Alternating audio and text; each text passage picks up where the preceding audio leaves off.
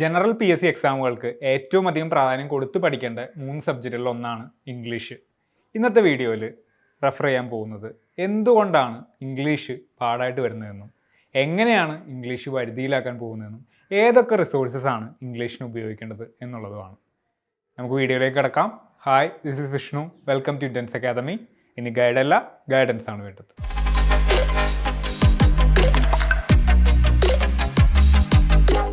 മലയാളം ഉപയോഗിച്ച് ഒരു അന്യഭാഷ ഉപയോഗിക്കുന്ന സമയത്ത് ഉണ്ടാകുന്ന ബുദ്ധിമുട്ട്, അതാണ് പലർക്കും ഇംഗ്ലീഷ്.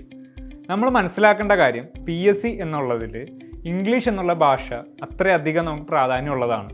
നമുക്ക് ഭാഷ എങ്ങനെയാണ് നമുക്ക് വഴങ്ങുന്നത്? അത് ഉപയോഗിച്ച് മാത്രമാണ്.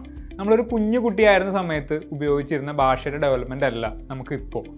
അപ്പോൾ അതായത് ആ ഒരു കാലയളവിൽ നിന്ന് നമ്മൾ ഉപയോഗിച്ച് ഭാഷ ഇത്രയധികം ഡെവലപ്പായി. ഈ ഒരു കാര്യം തന്നെയാണ് നമ്മൾ PSCയിൽ ഇംഗ്ലീഷ് പഠിക്കുമ്പോഴും നമ്മൾ ഉപയോഗിക്കേണ്ട കാര്യം. അത് ഉപയോഗിച്ചാൽ മാത്രമാണ് നമുക്കത് ഇമ്പ്രൂവ് ചെയ്ത് എടുക്കാൻ പറ്റുള്ളൂ എന്നുള്ള കാര്യം നിങ്ങൾക്ക് മനസ്സിലാകണം. പലർക്കും ഇംഗ്ലീഷ് എന്ന് പറഞ്ഞു കഴിഞ്ഞാൽ വളരെ ഒരു ബാലികേറാമലയാണ്. ഈ കണക്കിൻ്റെ ചോദ്യങ്ങൾ പോലും ഇംഗ്ലീഷിൽ കണ്ടു കഴിഞ്ഞാൽ സ്കിപ്പ് ചെയ്യും. കണക്കിനൊക്കെ യൂണിവേഴ്സൽ ലാംഗ്വേജ് ആണ്. അതിന് ഏത് ഭാഷയിൽ ആണെങ്കിലും നമുക്ക് ആ കാര്യം മനസ്സിലാക്കി ഒന്ന് ജസ്റ്റ് ബേസിക് ടൈംസ് അറിഞ്ഞു കഴിഞ്ഞാൽ ചെയ്യാൻ പറ്റുന്ന ഒരു കാര്യമാണ് കണക്ക്. എന്നിട്ട് പോലും അത് സ്കിപ്പ് അടിച്ച് നിങ്ങൾ പോകുന്നുണ്ടെങ്കിൽ നിങ്ങൾ അത്രയധികം ബുദ്ധിമുട്ടിലാണ് എന്നുള്ള കാര്യം മനസ്സിലാക്കുന്നു. അപ്പോൾ നിങ്ങൾ മനസ്സിലാക്കേണ്ട ഒരു കാര്യം ഇതാണ്, നമുക്ക് ഒരു ആവറേജ് ഇംഗ്ലീഷ് കൊണ്ട് പോലും PSCയിൽ ചിലപ്പോൾ രക്ഷപ്പെടാൻ പറ്റില്ല.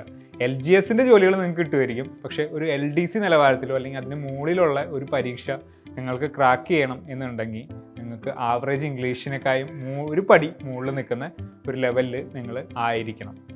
ഭാഷ നമുക്ക് വഴങ്ങുക അത് സ്ഥിരമായിട്ട് ഉപയോഗിച്ചാൽ മാത്രമാണ്. നമുക്ക് എപ്രകാരമാണ് മലയാളം വഴങ്ങുന്നത് എന്നുള്ളത് നിങ്ങൾക്ക് അറിയാമല്ലോ.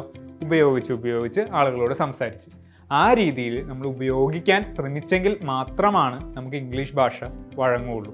നമ്മളത് ഉപയോഗിക്കാതിരുന്നു കഴിഞ്ഞാൽ ഈ ഭാഷ നമുക്കിങ്ങനെ പിടിതരാതെ ഇങ്ങനെ കൊതിപ്പിച്ച് കടന്നു കളഞ്ഞുകൊണ്ടിരിക്കും. ഒരിക്കലും PSCയിൽ നമുക്കൊരു ഇമ്പ്രൂവ്മെൻറ്റ് സാധ്യമായിരിക്കില്ല. PSCക്ക് ഇംഗ്ലീഷ് എങ്ങനെ പഠിച്ചു തുടങ്ങാം എന്നുള്ളത് നമുക്കൊന്ന് നോക്കാം. വ്യക്തമായ ഒരു സിലബസാണ് PSC നമുക്ക് തരുന്നത്. ഈ സിലബസിൽ 2 പോർഷൻസ് നമുക്ക് കാണാൻ പറ്റും. ഒന്ന് വൊക്കാബുലറിയും പിന്നൊന്ന് ഗ്രാമറും. ഇതിൽ സ്റ്റാറ്റിക് പോർഷനാണ് ഗ്രാമർ എന്നുള്ളത്, ഡൈനാമിക് ആണ് വൊക്കാബുലറി. എപ്പോഴും മാറ്റങ്ങളും വേറെ ടൈപ്പ് ചോദ്യങ്ങളൊക്കെ ചോദിച്ചുകൊണ്ടിരിക്കും. നിലനിർത്തി പോകുന്ന വിഭാഗമാണ് ഗ്രാമർ എന്നുള്ളത്. അപ്പോൾ നമ്മൾ ഏറ്റവും ആദ്യം ശ്രദ്ധിക്കേണ്ടത് ഇംഗ്ലീഷിലെ ഗ്രാമർ പോർഷൻസിന് പ്രാധാന്യം കൊടുത്ത് പഠിക്കാനാണ്. ഈ ഗ്രാമർ പോർഷൻസ് നമുക്ക് നമ്മുടെ കയ്യിലുള്ള റെഫറൻസ് ടെക്സ്റ്റുകളൊക്കെ നമുക്ക് യൂസ് ചെയ്യാനായിട്ട് പറ്റും. കാരണം എല്ലാത്തിലും ഏകദേശം ഒരേ ടൈപ്പിലുള്ള കണ്ടൻറ്റുകളൊക്കെ ആയിരിക്കും. ഞാൻ പഠിച്ചത് little drops of English grammar എന്നുള്ള ബുക്കാണ് ഇംഗ്ലീഷ് ഗ്രാമറിന് യൂസ് ചെയ്തത്. എൻ്റെ കുട്ടികൾക്ക് ഞാൻ സജസ്റ്റ് ചെയ്ത് കൊടുക്കുന്നതും ഈ ഒരു പുസ്തകമാണ്.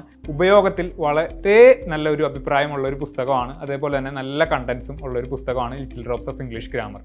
അപ്പോൾ ഈ ഒരു പുസ്തകം ഉപയോഗിച്ച് അതിലെ ഇംഗ്ലീഷ് കണ്ടൻസ്, ഗ്രാമറിൻ്റെ പാർട്ട് ഞാൻ വളരെ നന്നായിട്ട് തന്നെ പഠിച്ച് തീർത്തു. വൊക്കാബുലറി പഠിക്കാനാണെങ്കിലോ, വൊക്കാബുലറി നമുക്ക് ഒരുപാട് പുസ്തകങ്ങളോ അല്ലെങ്കിൽ റാങ്ക് ഫയലുകളൊന്ന് വായിച്ചു കഴിഞ്ഞാൽ ചിലപ്പോൾ അതിൻ്റെ പുറമേ നിന്നൊക്കെ ചോദ്യങ്ങൾ വരാനുള്ള സാധ്യത ഉള്ളൊരു വിഭാഗമാണ് വൊക്കാബുലറി. അപ്പോൾ വൊക്കാബുലറിക്ക് നമ്മൾ എന്താ ചെയ്യുക? നിങ്ങൾ ഏറ്റവും ഫസ്റ്റ് ചെയ്യേണ്ടത് നിങ്ങളുടെ കയ്യിലുള്ള റെഫറൻസ് ടെക്സ്റ്റിൽ എന്തൊക്കെ കാര്യങ്ങൾ പറഞ്ഞിട്ടുണ്ടോ അതാദ്യം വായിച്ച് തീർക്കാനായിട്ട് നോക്കുക. കാരണം എല്ലാവർക്കും കിട്ടുന്ന മാർക്ക് നിങ്ങൾക്ക് നഷ്ടമാവരുത്. എല്ലാവർക്കും കിട്ടുന്ന ചോദ്യങ്ങൾ നിങ്ങൾക്ക് കിട്ടുകയും വേണം. നിങ്ങൾക്ക് 1-2 മാർക്ക് കൂടി എക്സ്ട്രാ സ്കോർ ചെയ്യാനായിട്ട് പറ്റിക്കഴിഞ്ഞാൽ അത് നിങ്ങളെ റാങ്കിലേക്ക് എത്തിക്കുക എന്നുള്ള കാര്യമാണ്. ഈ എക്സ്ട്രാ പോയിൻറ്റ്സ് ആഡ് ചെയ്യാനായിട്ട് നിങ്ങൾ എന്താ ചെയ്യേണ്ടത്, അല്ലെങ്കിൽ എക്സ്ട്രാ മാർക്സ് വാങ്ങാനായിട്ട് നിങ്ങൾ എന്താ ചെയ്യേണ്ടത്? അതിനാണ് യൂസേജ് എന്നുള്ളത് കൊണ്ട് ഉപയോഗം. നമ്മൾ ഉപയോഗിക്കുന്നതിനനുസരിച്ചിട്ട് ഇംഗ്ലീഷ് വൊക്കാബുലറി നമുക്ക് ഡെവലപ്പായിട്ട് വരും. ഇപ്പം ഞാൻ എൻ്റെ കുട്ടികളോട് സജസ്റ്റ് ചെയ്ത് കൊടുക്കുന്ന കാര്യമാണ് നിങ്ങൾ ഇംഗ്ലീഷിലുള്ള ഒരു പാരഗ്രാഫെങ്കിലും ഡെയിലി വായിക്കാനായിട്ട്. അതിന് ഇംഗ്ലീഷിൻ്റെ ഏതെങ്കിലും ഒരു ന്യൂസ് പേപ്പറിൻ്റെ കട്ടിങ്സ് ആണ് നമ്മൾ കൊടുക്കുക. ഒരുപാട് സമയമൊന്നും ഇംഗ്ലീഷിന് വേണ്ടിയിട്ട് നിങ്ങൾ മാറ്റി വെക്കേണ്ട. പക്ഷേ കുറച്ച് സമയം നിങ്ങളുടെ കയ്യിൽ നിങ്ങൾക്ക് ഏറ്റവും നന്നായിട്ട് അറിയുന്ന ഏതെങ്കിലും ഒരു ന്യൂസ് അതിൻ്റെ ഇംഗ്ലീഷ് വെർഷനിൽ എങ്ങനെയാണ് വരിക എന്നുള്ളത് വായിച്ച് മനസ്സിലാക്കാനായിട്ട് ശ്രമിക്കുക. അത് ഡെയിലി നിങ്ങൾ ചെയ്യുകയാണെങ്കിൽ ഈ വേർഡ്സൊക്കെ റിപ്പീറ്റഡ് ആയിട്ട് വരാനുള്ള ചാൻസും ഉണ്ട്. നിങ്ങളുടെ ഇംഗ്ലീഷ് വൊക്കാബുലറി ബൂസ്റ്റ് ആകുകയും ചെയ്യും. നിങ്ങൾക്ക് നല്ലൊരു ഇമ്പ്രൂവ്മെൻറ്റ് നിങ്ങളുടെ വൊക്കാബുലറിയിൽ കാണാനായിട്ട് സാധിക്കുകയും ചെയ്യും. ഈ ഇംഗ്ലീഷ് ഗ്രാമറും വൊക്കാബുലറിയൊക്കെ യൂസ് ചെയ്ത് നിങ്ങൾ പഠിച്ച കാര്യങ്ങൾ പിന്നെ നിലനിർത്താനും റിപ്പീറ്റഡ് ആയിട്ട് നിങ്ങൾ എക്സാംസിനും ഒക്കെ അപ്ലൈ ചെയ്ത് പഠിക്കുക എന്നുള്ള ടെക്നിക്കാണ് അടുത്തത് നിങ്ങൾ ചെയ്യേണ്ടത്. നിങ്ങൾ മോക്ക് ടെസ്റ്റ് എടുക്കുന്നതും കൂടുതൽ വായനാശീലം വളർത്തുന്നതും ഈ ഒരു കാര്യം നിങ്ങളെ ഡെവലപ്പ് ചെയ്യാനായിട്ട് സഹായിക്കും എന്നുള്ള കാര്യം നിങ്ങൾക്ക് ഓർക്കുമല്ലോ. ഇനി ഡിഗ്രി ലെവൽ എക്സാംസിന് വേണ്ടിയിട്ട് പ്രിപ്പയർ ചെയ്യുന്ന കുട്ടികൾ എന്താ ചെയ്യേണ്ടത്?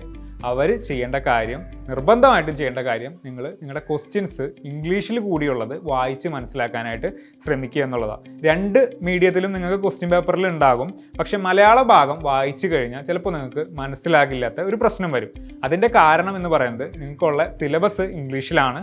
അതുകൊണ്ട് തന്നെ ക്വസ്റ്റ്യൻസ് പ്രിപ്പയർ ചെയ്യുന്നതും ഇംഗ്ലീഷിൽ തന്നെയാണ്.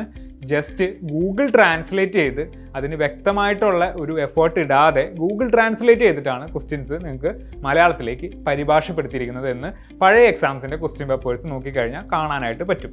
അപ്പോൾ ഈ ഒരു ഗൂഗിൾ ട്രാൻസ്ലേറ്റ് ചെയ്ത് വരുമ്പോൾ പല കാര്യങ്ങളും നമുക്ക് മനസ്സിലാകാത്ത കാര്യങ്ങളുണ്ടാവും. അപ്പോൾ ഈ ഒരു പ്രശ്നം നിങ്ങൾക്ക് ഫേസ് ചെയ്യാതിരിക്കണം എന്നുണ്ടെങ്കിൽ നിങ്ങൾ ഇംഗ്ലീഷിൽ കൂടി പഠനം കൊണ്ടുപോയേ പറ്റുള്ളൂ. അപ്പോൾ പതിയെ എല്ലാവരും ഇംഗ്ലീഷ് ഒന്ന് യൂസ് ചെയ്ത് തുടങ്ങുക. അതിന് റെഫർ ചെയ്യേണ്ട മെറ്റീരിയൽസ് നിങ്ങളുടെ കയ്യിലുണ്ട്, നിങ്ങളുടെ കയ്യിൽ വ്യക്തമായിട്ടുള്ള സിലബസ് ഉണ്ട്. അതിൻ്റെ പുറമേക്കുള്ളതൊന്നും നിങ്ങൾ പഠിക്കണ്ട. ആ സിലബസിൻ്റെ ഉള്ളിൽ നിൽക്കുന്ന കാര്യങ്ങൾ നിങ്ങൾ വായിച്ച് നന്നായിട്ട് പഠിച്ച് പ്രിപ്പയർ ആകാൻ നോക്കുക. വൊക്കാബുലറിക്ക് ഡെയിലി ഇംഗ്ലീഷ് ഒരിത്തിരി വായിച്ച് പോകാനായിട്ട് കൂടി ശ്രമിക്കുക. അത് ന്യൂസ് പേപ്പർ ആകാം, മാഗസിൻസ് ആകാം, നിങ്ങൾക്ക് ഇഷ്ടമുള്ള കാര്യം നിങ്ങൾക്ക് വായിക്കാം. ഇനി അടുത്തത് നമുക്കൊരു 1.5 വർഷം കഴിഞ്ഞിട്ടാണ് നമുക്ക് ഡിഗ്രി ലെവൽ എക്സാംസ് വരിക.